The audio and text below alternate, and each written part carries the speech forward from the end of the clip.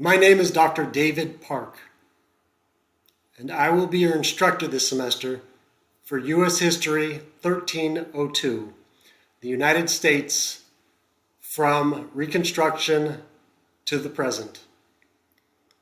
This is my introduction video to explain a little bit about myself, why I'm here, and why you are here.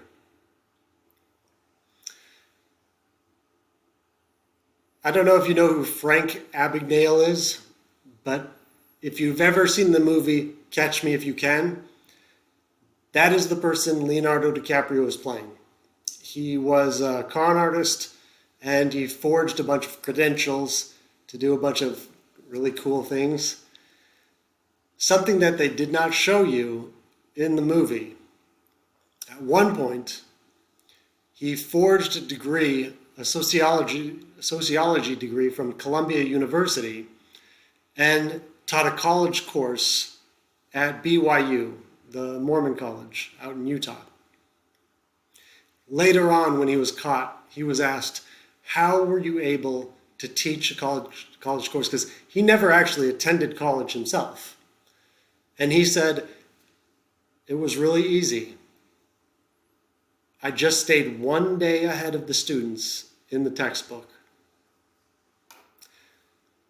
Just so you know, I am not a con artist.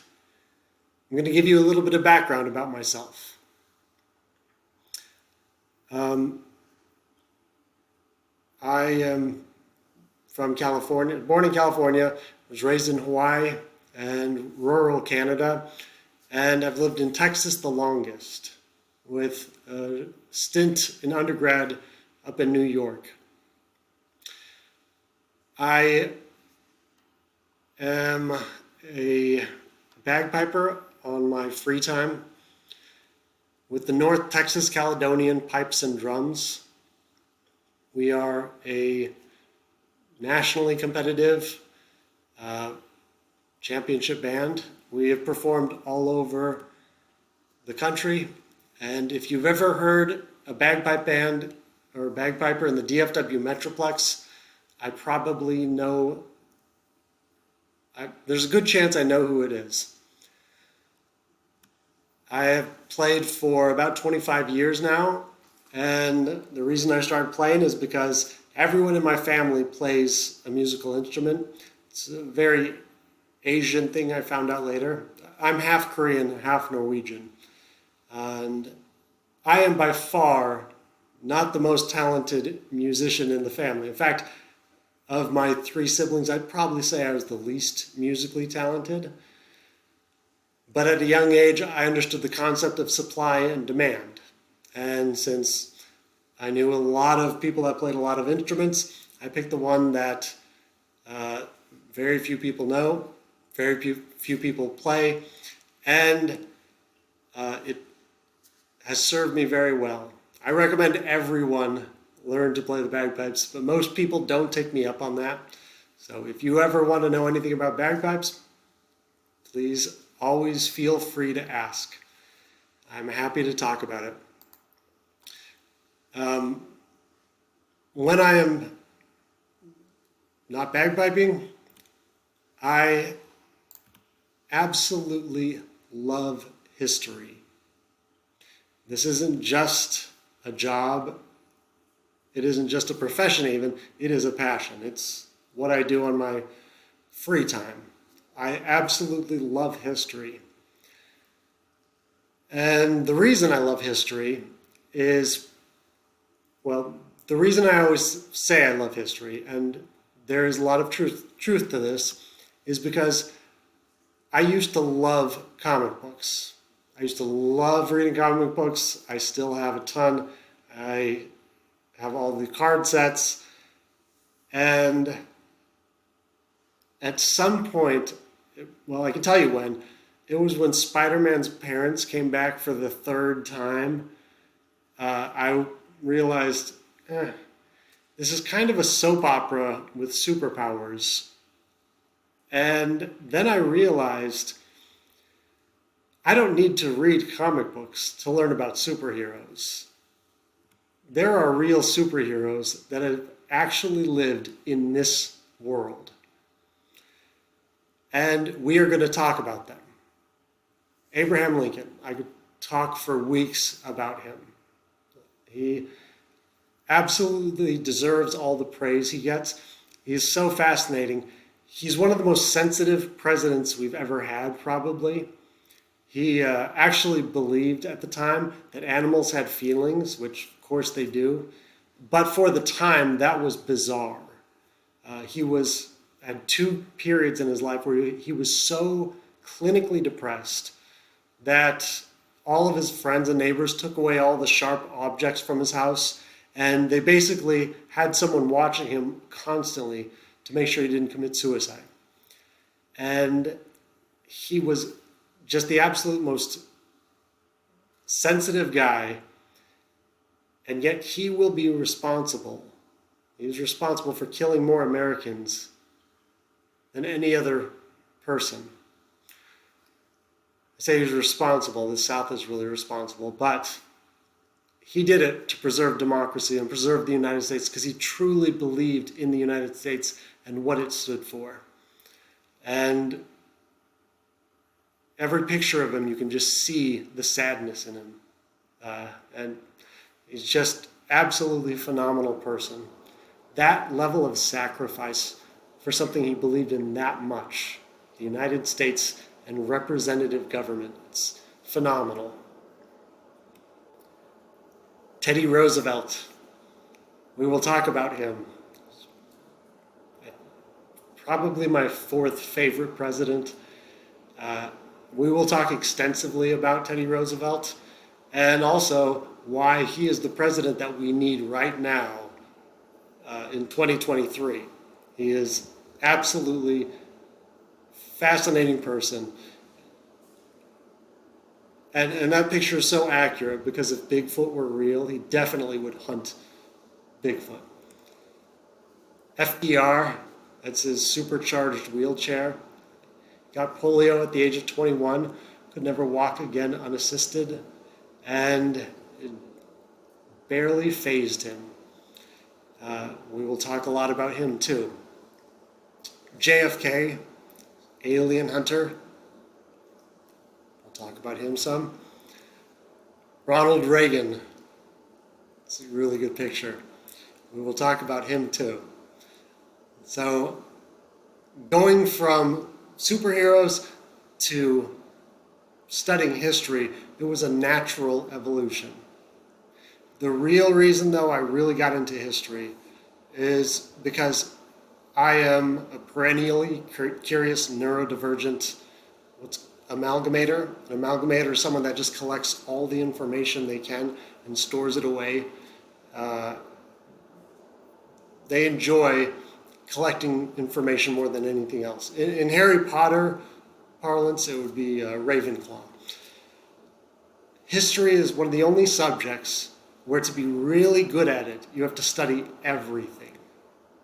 Art, music, politics, law, international relations, economics. You study everything because everything has a history. And in order to understand history, in order to understand events, you have to understand everything that happened around it. So that's how I got into history. That's why I love history so much. So the better question is, why are you here?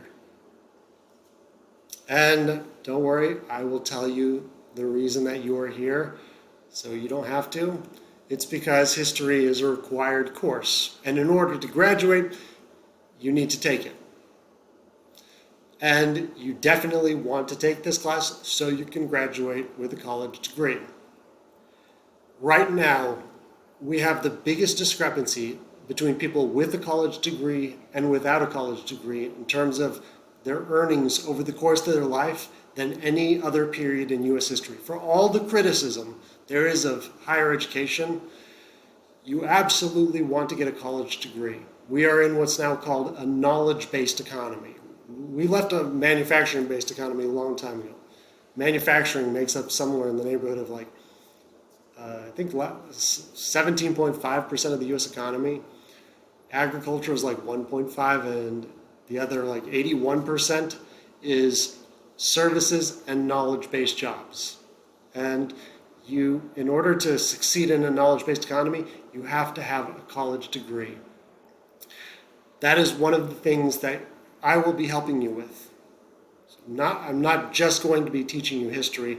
I am also going to be helping you do well in college and teach you how to do well in college.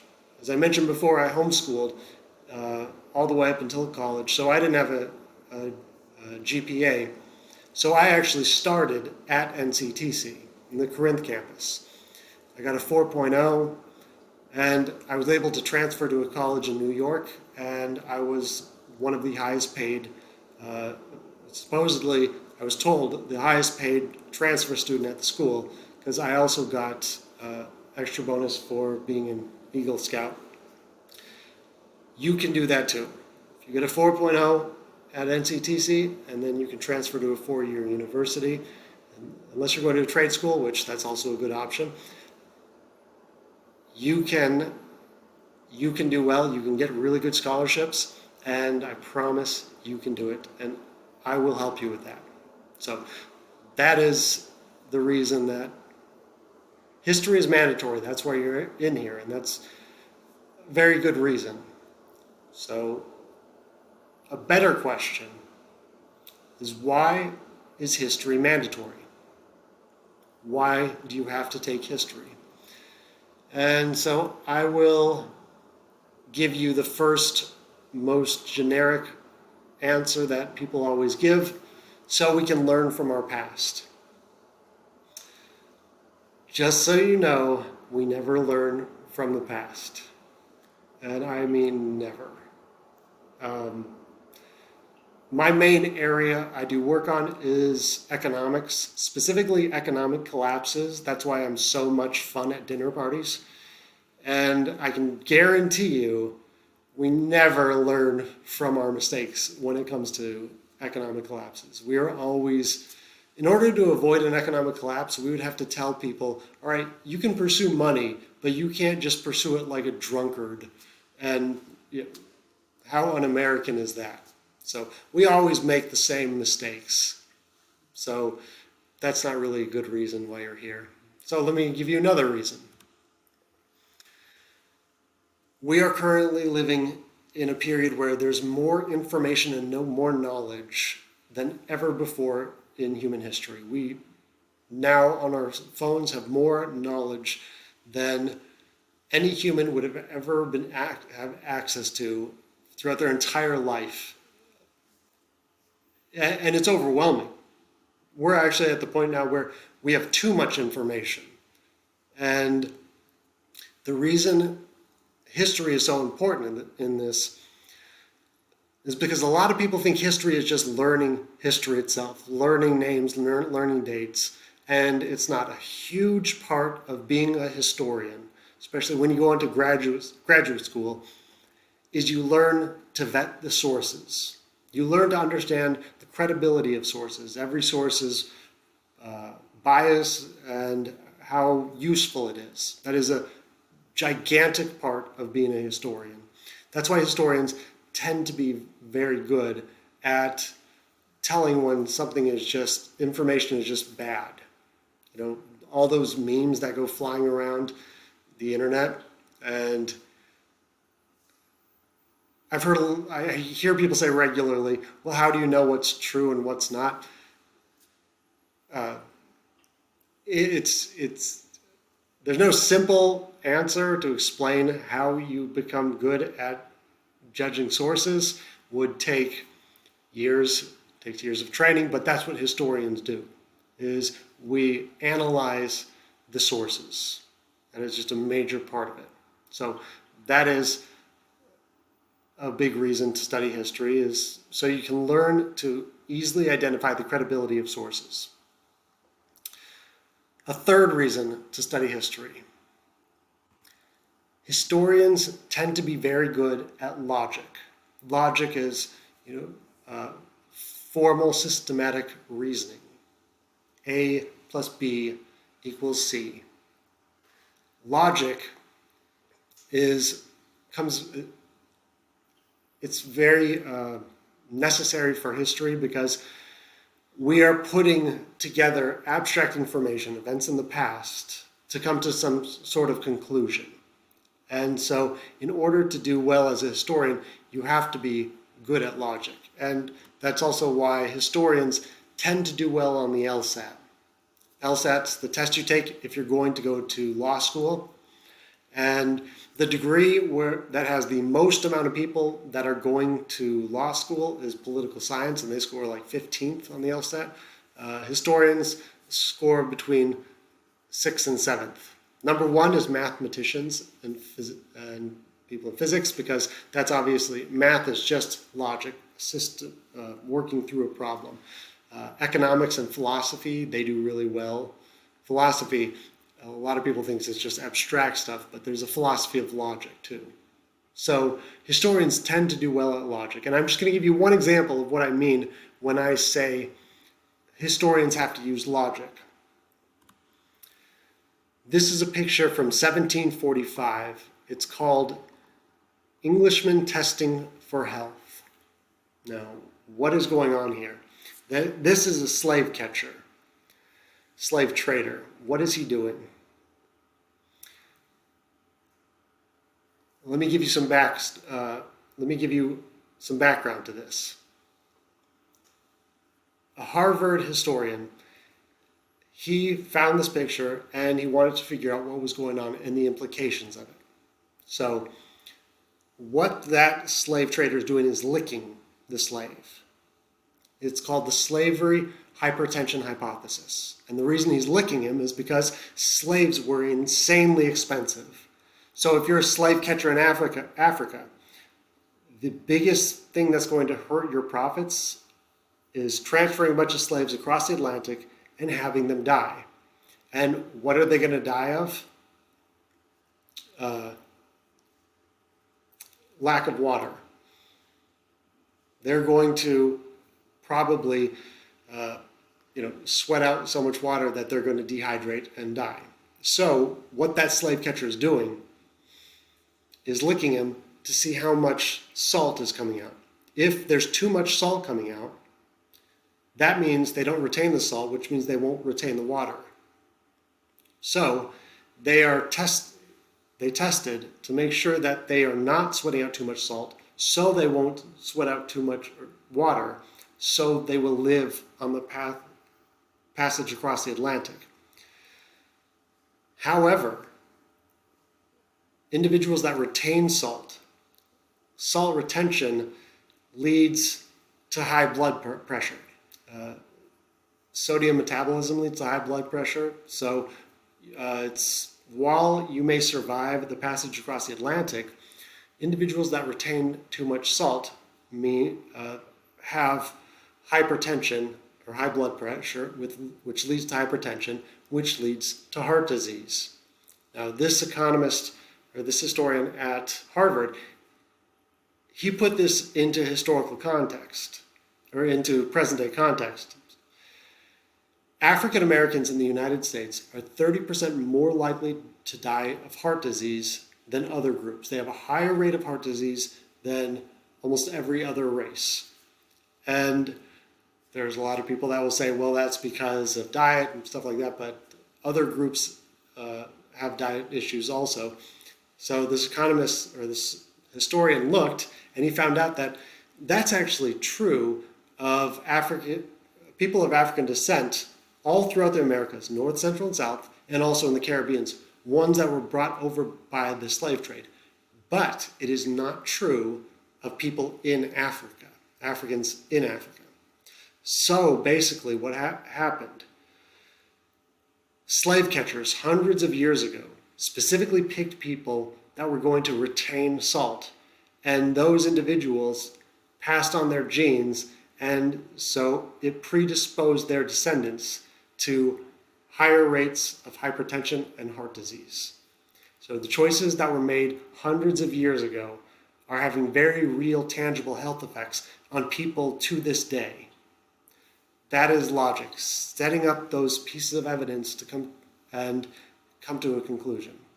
So that is one example. Through this course, you will get many more examples, and you will have to write some papers where you have to use logic, putting together pieces of evidence, and then forming your own conclusion. So that is a huge reason to study history, is so you can be better at logic. That is good for everyone. Still probably not a good enough reason for you to want to be in this class, so I'll give you a really, really good reason why you should want to be in this class. To understand the world around you. You cannot understand the present without understanding the past. And so, in this class, I am going to start at the end of the story. It's what makes history different than fiction. Fiction, you don't want to skip to the end. History, it's okay to do that. And that's what we are going to do right now. I'm going to skip to the end and tell you the world that you are currently living in. And it's a bit of a mess, as you well know. Most people know this somewhere deep down inside, but I will give you the data to explain how much of a mess it is. It's not all bad. We are currently living in the most powerful country the world has ever seen. There is a concept called American exceptionalism. It is incredibly controversial, and it tends to be the political divide. Conservatives say Americans are exceptional because we're the greatest, and liberals tend to hate it. And I think both views are completely wrong. America is exceptional.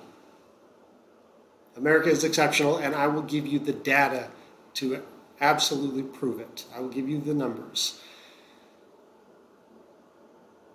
But exceptional doesn't mean better, and keep that in mind.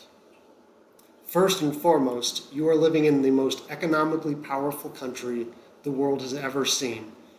So the United States has about 330 million people, which is about 4.2% of the world's population. So we will just say 4% of the world's population. And in this country, we control almost 25% of the entire world economy. So 4% of the world controls almost 25% of the entire world's economy. That is absolutely insane. The whole European Union, 28 member states, more than 500 million people, they control about 22% of the world's economy. China, which has 1.4 billion people, I think it is, has 20% of the world's population. They control somewhere, I think, in the neighborhood of 17% of the world's economy. So the United States is absolutely the most economically powerful country the world has ever seen, bar none. And it's also the most militarily powerful country the world has ever seen. The United States spends about 40% of all military expenditures in the entire world. Of all the countries in the world, we, in this country, spend 40% of it. 4% of the world spending 40% of all military expenditures. We spend more than the next 11 countries combined, and 9 of them are our allies. We are far and away the most militarily powerful country the world's ever seen. And it is not even close. The United States also is the most philanthropic country the world has ever seen. We give away more money in this country than any other country ever has. And it's because we have so much of it, we can. And my very favorite statistic, we spend more on animals in this country than any other country by far. England is second, and they spend about half as much as we do on animals. And it's because we love our pets in this country. Absolutely love animals. So to me, this is one of my favorite statistics. So the U.S. is obviously exceptional. These numbers Some people say statistics lie. These numbers do not lie. But remember, exceptional means different. Does not mean inherently better, because there are some things that are obviously not better. In terms of economic inequality, the United States, as far as Western industrialized nations or just industrialized advanced countries, has some of the worst economic inequality measured by the Gini index or the Gini coefficient. Economic inequality in this country is at dangerous levels. And I say this as an economist, not as a hippie. 70% of the US economy is made up of consumer spending, and we do not have enough people with enough money. We have gutted our middle class. And you will learn why in this or how this happened in this course. But since 2020, somewhere around 40 or 50% of all wealth in the country has gone to the top 1% of the top 1% wealthiest. Right now, the top 10% in the country control more than 70% of all wealth. The bottom 50% of the country controls just nothing. I mean, last numbers I read was 50% of Americans cannot get $500 in an emergency. That is what you call a sick economy. That is an economy that is not working well. And again, not for hippie reasons, but because it is dangerous for everyone if there's an economic collapse. Economic inequality right now is higher than it was at any point in U.S. history. Supposedly, it's at levels that are comparable to what it was like in France right before the French Revolution. So economic inequality in this country is enormous. We also spend more on healthcare than any other country in the world by far. Healthcare costs in this country are absolutely insane. And it's not because our healthcare system is better either. If it was because our healthcare system is just better than everyone's, that would be one thing. But it's just because the cost of healthcare in this country has just gone out of control. And in this course, you will understand why also. In terms of healthiness of citizens, the United States ranks 69th. And by healthiness, there's a lot of measures of healthiness of a country, like longevity and stuff like that. But we are an incredibly unhealthy country in all sorts of ways. And in terms of maternal deaths, the United States is just this outlier when it comes to advanced economies, especially advanced democracies. Maternity deaths in this country, which is something that happened a long time ago, in some years in the last few years in the last decade, they've actually gone up instead of down. The United States is also the only industrialized nation in the world that does not have maternity leave, federally mandated maternity leave. There are only 8 other countries that don't have federally mandated maternity leaves, and they are not countries that we would want to compare ourselves to. So we have no guaranteed maternity leaves. A lot of people do have maternity leave, but it depends on what company you work for. Also, the United States is the only industrialized nation in the world that will allow its citizens to go bankrupt to save their own lives. So if you have cancer or something, you have to go to the hospital, then you have to decide, do I want to go bankrupt or do I want to live? No other industrialized nation allows that. Not surprisingly, the number one cause of bankruptcy in the United States is healthcare costs. And more than half the people that go bankrupt because of healthcare costs, they actually have health insurance. The healthcare system, everyone knows it's broken. And most people's solution is, well, we just won't do anything about it. We also have more guns in this country than anywhere else in the world. And it is not even close. The United States has more guns in private hands than in any other nation by double. For every 100 Americans, there are 120 guns in private hands. The second country that comes in second is Yemen with 52 guns per 100 people. So we have way more guns than is imaginable, especially when you compare it to the rest of the world. So great, we must be safer then, right? Of course not. The United States has an insane amount of gun deaths, especially when you compare it to industrialized nations. And it is enormous. And people get guns for protection. Last data we have, 2023, there was somewhere around 40,000 gun deaths in the country. It was about 118 a day. That's actually down. From 2021, it was about 49,000 gun deaths. And here's the kicker of it. The vast majority of gun deaths are suicides. And that's true every single year. So last year, of the 40,000 people that died of a gunshot, more than 22,000 of them were suicides.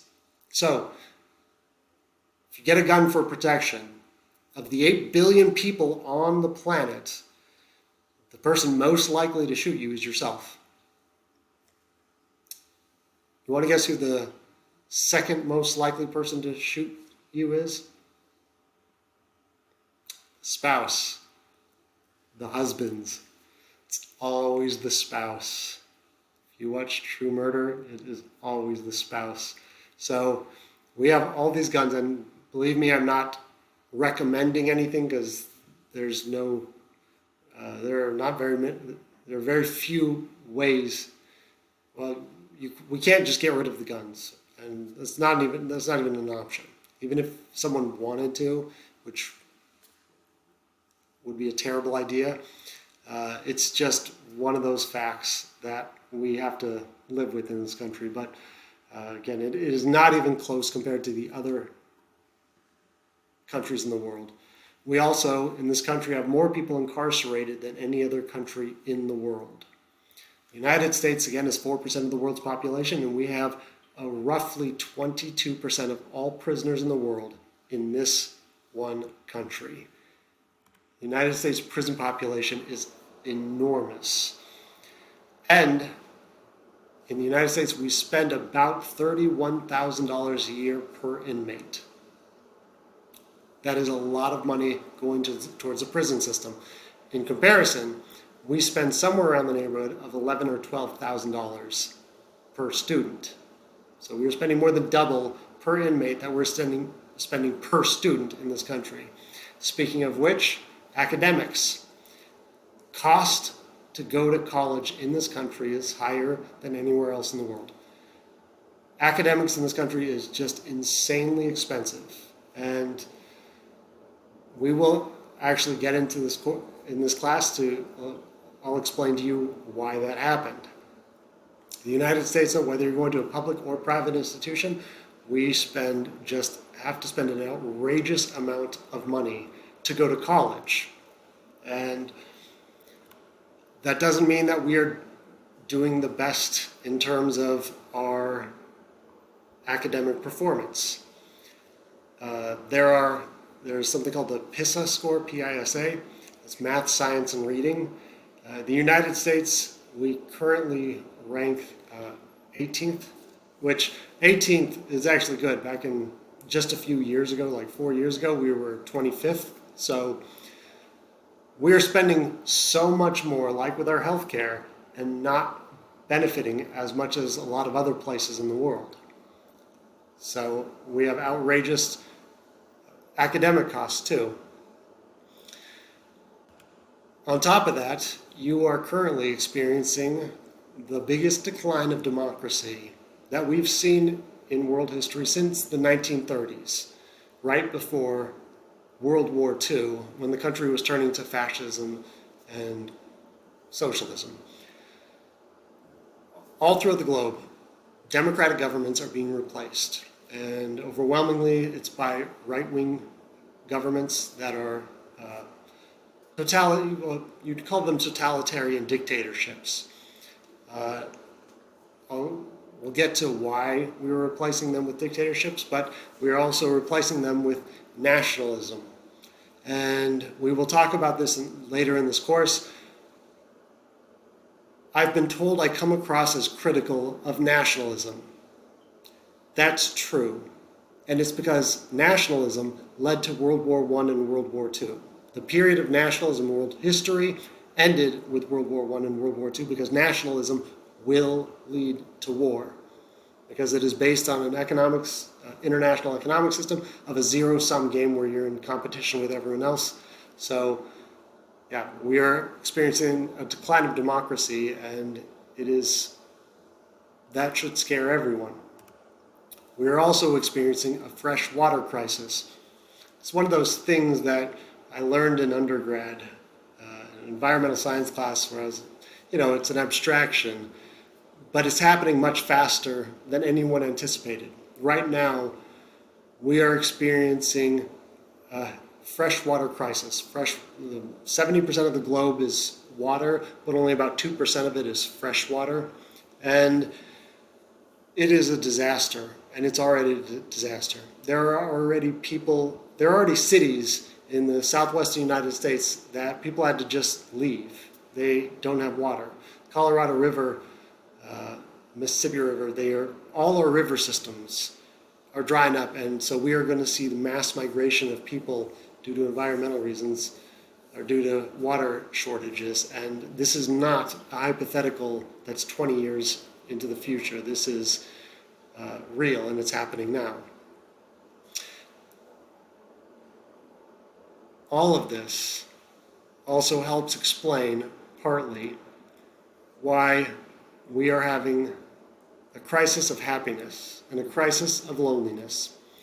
And we will get back to this. We'll talk about this later on in this semester, but this has been going on since the 1970s. Happiness in the United States has been on a continuous state of decline. Currently, the United States ranks 15th in happiness, but we are dealing with a mental health crisis in this country. And when I say crisis, I mean the United States consumes more pharmaceuticals than most of the world. It is an outlier for how many Americans are receiving medication for anxiety and depression. It is at least 1 in 4 Americans. So we are an incredibly unhappy people, to top it all off. And there's good reason for everything I just mentioned. Finally, and this will not be a surprise to you, we are currently living through some of the worst political polarization in U.S. history. There are ways to measure this, especially based on voting patterns in Congress. And right now, we are more polarized than we've been since the 1850s, right before the Civil War. So all of those problems that I just mentioned, they are not being addressed. The parties are fighting with each other rather than trying to actually solve issues. There's a lot going on here. Obviously, we are living in a very difficult period, and in this class, you will understand by the end of it how we got here. And in understanding how we got here, you will understand also, potentially, some ways we could get out of it if we decide we want to learn from the past. So that is a very good reason why you should want to stay in this class and why you should want to take U.S. history. One final reason, and to me this is the most important reason, to understand yourself. Obviously, you can't understand where we are now without understanding the past, but the same is true for you as an individual. In order to explain who you are, in order to understand who you are, you need to understand your own history. And part of your history, part of you, is living in the United States. And this isn't speculation or hypothetical. Cognitive and social psychology has shown us that based on the society you live in, based on the culture you live in, It will affect the way your neurological pathways develop. It'll affect the way you think. It'll affect the way you act. You know, it's kind of like if you were born into a family that's incredibly rich, do you think differently than if you're born into a family that's incredibly poor? And the answer is obviously. The same is true for nations. You live in a very unusual country. The United States, as I just mentioned, it is exceptional. That is part of you. Whether you were born here or not, the fact that you are living here, the fact that you are in this class means that U.S. history is part of your history. It is part of you. So I can promise you this. If you stay in this class with me till the very end and you complete the assignments, by the end of it, you will understand yourself better. Welcome to U.S. History 1302. I'm really looking forward to working with you.